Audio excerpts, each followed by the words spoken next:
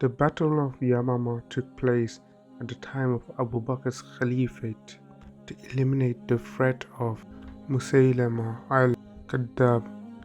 As they were awaiting the support of Khalid bin Walid, Abu Bakr commanded the army under Ikrimah not to engage Musaylimah's army near Yamamah. The army of Musaylimah was composed of the men of the tribe of Banu Hanifa, which was known to be a very strong tribe. This is why the Muslims needed to amass as much support as possible. However, Ikrimah could not contain himself and attacked, only to be defeated by Musaylimah. Shurahbil thereafter brought his army in support and was equally told by Abu Bakr not to engage until Khalid came. However, the similar temptation came to him and he ordered his army to attack, only to be defeated by Musaylimah as well. When Khalid bin Walid and his 14,000 men arrived, he found Shurahbil's battered men and rebuked him for attacking prematurely. Now the army of Musaylimah grew in confidence after having defeated two armies of the Muslims. However, many of the Musaylimah's 40,000 men did not fight out of conviction of faith, but rather out of tribal loyalty. Many of them actually doubted Musaylimah's. Initially, the battle swayed one way and then the other, ending with the Muslims in retreat and the apostates in quick pursuit. The apostates started to loot the Muslim camps, allowing the Muslims time to regroup. They attacked again and managed to push the enemy back. Khalid bin Walid stepped up for duels and he eliminated challenges one after another. He then proposed to hold talks with Musaylimah, who came out surrounded by a group of men. Khalid bin Walid was a great general who often used psychological warfare to his advantage on the battlefield. He lured Musaylimah out and waited for the perfect opportunity to strike. When he moved forward to attack, Musaylimah turned around and ran off. This demoralized his men, and the Muslims began shouting, Allahu Akbar.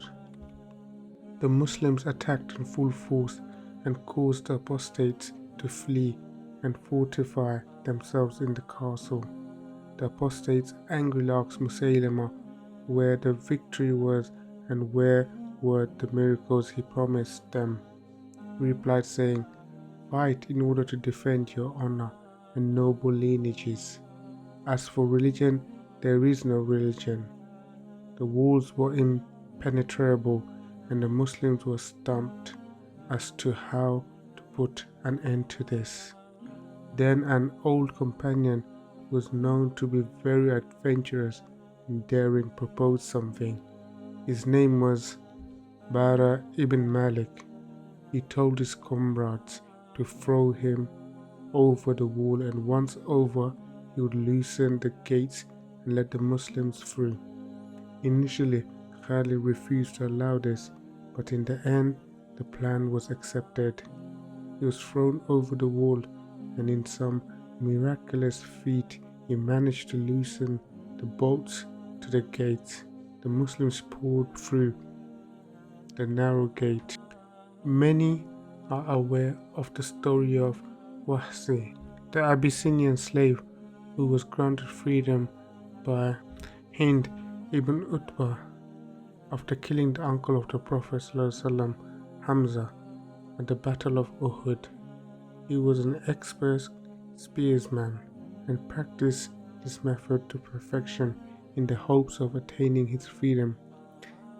In this battle, Waaz was the one who managed to hit Musaylimah by piercing him through the stomach with his spear. He crumpled forward and Abu Dujana finished him off. This is where Waaz said his famous phrase, "Before Islam, I killed the best of people, and after Islam are killed the worst of people. Many great companions and Hufaz, those who had memorized the entire Quran by heart, were lost fighting bravely that day. Among them included Thabit bin Qais, the spokesman of the Quraysh, and Zayd bin al-Khattab, the half-brother of Umar. Umar used to say that his brother beat him in two things: entering Islam, gaining martyrdom. Because of the loss of so many Hufaz, this prompted Abu Bakr to start compiling the Quran in written form for its preservation.